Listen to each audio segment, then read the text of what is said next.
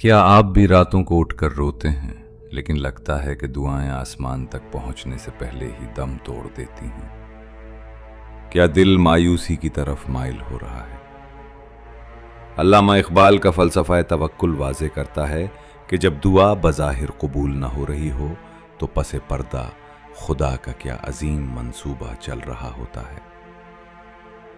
انسان اکثر اپنی محدود سوچ کے مطابق چیزیں مانتا ہے اور محرومی پر مایوس ہو جاتا ہے، لیکن وہ یہ نہیں جانتا کہ جو وہ مانگ رہا ہے شاید وہ اس کے حق میں زہر ہو۔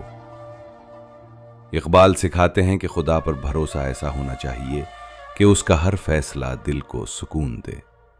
وہ فرماتے ہیں، بے باک و مرد میداں، صابر و شاکر و نرم، ہر حال میں ہے مومن اپنی خودی میں قائم۔ ایک سچا انسان کبھی مایوسی کا شکار نہیں ہوتا۔ اگر دعا قبول ہو جائے تو وہ شکر کرتا ہے، اور اگر قبول نہ ہو تو وہ صبر کرتا ہے، کیونکہ اسے یقین ہوتا ہے کہ اس کے رب نے اس کے لیے اس کی سوچ سے بھی بہتر انتخاب کر رکھا ہے۔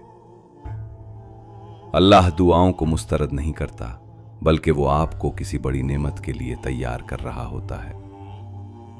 مایوسی کو اپنے قریب بھی مت آنے دیں، اپنے رب کے فیصلے پر راضی ہونا سیکھیں، کیونکہ وہی ہے جو دلوں کے حال جانتا ہے اور بہترین وقت پر بہترین عطا کرتا ہے۔